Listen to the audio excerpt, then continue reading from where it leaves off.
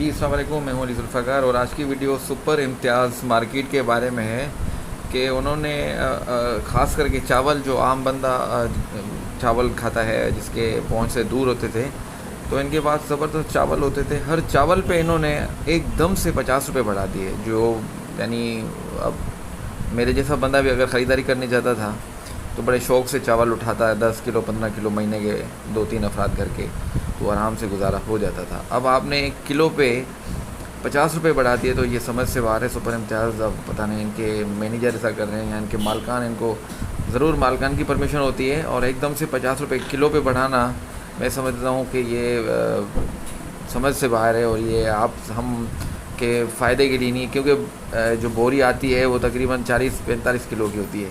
اب آپ کلو پہ 50 بڑھا رہے ہیں تو آپ کی ایک بوری پہ کتنے ہزاروں روپے ہو گئے.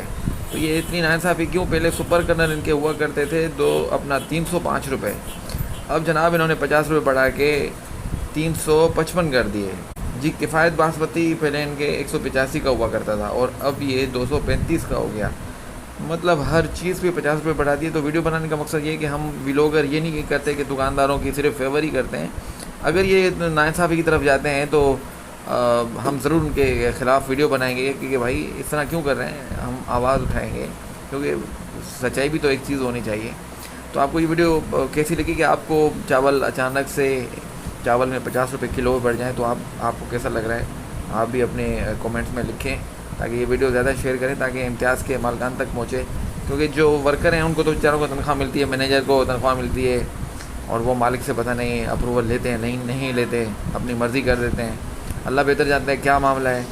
تو بہرحال سپر امتیاز کے مالکان سے گزارش کروں گا، کیونکہ وہاں کے مینیجر سے تو میں گزارش نہیں کر سکتا، ان کے ہاتھ میں کچھ نہیں ہے.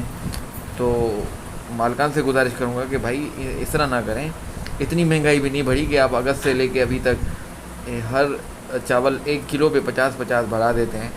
آپ کے سب سے زیادہ چاول ہی سستے تھے، باقی تو ساری چیزیں آپ کی مہنگی ہیں. تو لہٰذا ایسا نہ کریں، کچھ رحم کریں.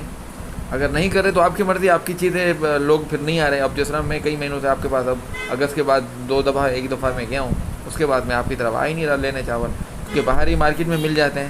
تو ناظرین سے گزارش ہے کہ اس چیز کو تھوڑا دیکھیں اور اس ویڈیو کو شیئر کریں، اور مجھے بتائیں کہ کیا انہوں نے صحیح کیا یا غلط کیا. آپ سب کی محبتوں کا شکریہ.